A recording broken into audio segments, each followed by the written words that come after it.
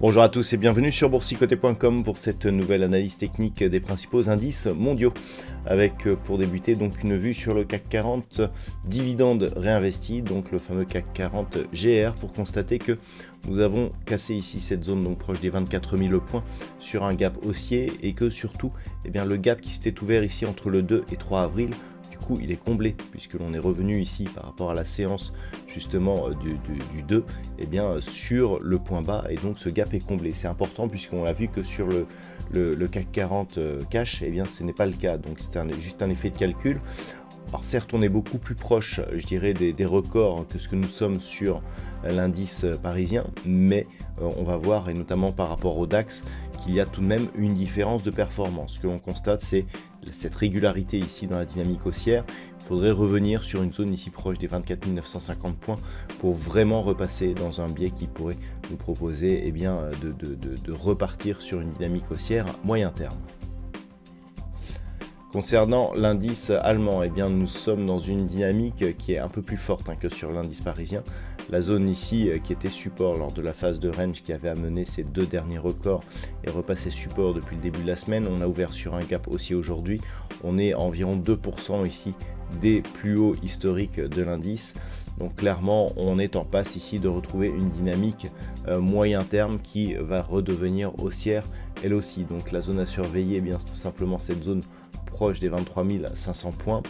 Par rapport à cela, tant que l'on est ici sous cette zone des 23 450, donc qui ne matérialise la résistance, et au-dessus des 22 230 points, on est potentiellement dans une phase qui appelle à un retour à un mouvement haussier. On neutraliserait ici sous 22 230 et on repasserait baissier sous 20 550 points. Donc on n'a pas trop de signaux d'excès, c'est-à-dire qu'on voit ici on n'a pas de surachat au niveau du RSI, les volumes sont légèrement supérieurs à la moyenne et les histogrammes du MACD ont une belle amplitude mais ont encore du potentiel. Donc grossièrement, il est tout à fait possible que ces zones soient atteintes dès la semaine prochaine. Sur l'Eurostoxx 50, nous sommes dans une configuration ici où l'ancienne zone de support des 5310 points agit toujours comme résistance. Donc on est toujours clairement ici dans un retour. La semaine prochaine, il faudra observer cette zone pour voir si on peut là aussi réintégrer le range pour espérer repartir sur la partie supérieure de cette zone, donc à 5555 points, pour retrouver de nouveaux records. Donc globalement, je dirais qu'on est bien parti, un petit peu comme sur le DAX, on a une configuration technique qui est plutôt favorable.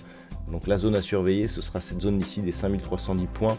L'invalidation de cette dynamique haussière pourrait venir d'une cassure ici de la zone des 4895 points à la baisse, qui nous referait basculer dans une possibilité baissière qui pourrait devenir forte en cas de cassure ici de la zone des 4570 points. Au niveau des indices américains, ça se passe plutôt pas mal aussi. On est loin ici de cette zone de résistance qui était liée justement au record du S&P 500. Là aussi, on est à bien plus de 2%. Mais globalement, on a une dynamique ici qui se rapproche de la bande de Bollinger supérieure. On attend une rupture ici de cette zone des 5790 points, qui est le dernier point haut significatif de la dynamique baissière.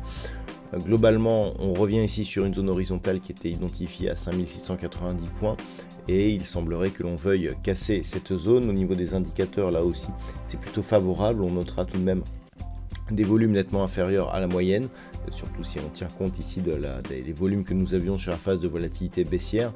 Donc le signal technique viendrait de la cassure ici, alors de cette zone qui est quantifiée actuellement à 5690 points, mais on en a une autre sur laquelle on aurait pu se positionner ici, 5780 points. On voit bien ici que cette zone était précédemment support et qu'elle s'est ici transformée en résistance. Donc ces deux niveaux avec la zone des 5690 sont à surveiller, car c'est la rupture de celle-ci qui nous referait passer dans une dynamique potentiellement haussière et forte.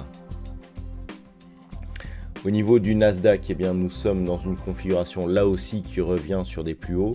On est en passe de casser ici cette dynamique baissière. Donc le dernier point haut significatif, c'est le point haut de cette bougie qui se situe à 20 292 points. On en est assez proche. si les cours repassaient ici au-delà de cette zone des 20 680 points, eh bien on pourrait retrouver un petit peu plus de positif.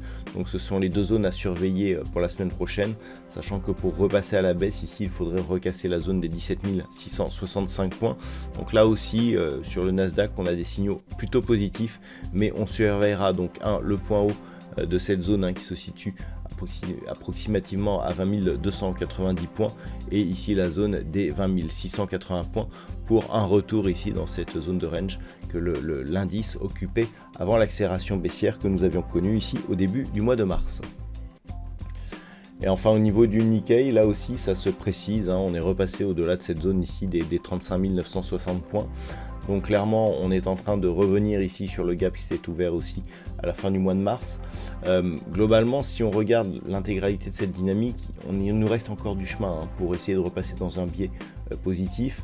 Cette zone ici qui avait été testée lors de la baisse du mois d'août de l'année dernière, on a quasiment testé la même ici sur le point bas donc de la mise en place des droits de douane par Donald Trump. Donc cette zone elle est majeure, mais on est dans un range moyen terme, c'est-à-dire entre cette zone ici, donc proche des 30 750 points, et la zone ici des 41 100. Donc la zone médiane elle a été franchie, c'est la zone ici des 35 960 points.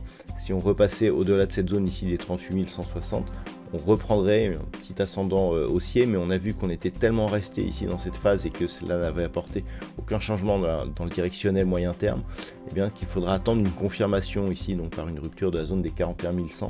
Donc grossièrement, on est en train tout doucement de sortir de la dynamique baissière, mais pas encore de rentrer dans un potentiel haussier confirmé, et donc c'est actuellement ça se neutralise tout juste sur l'indice donc japonais.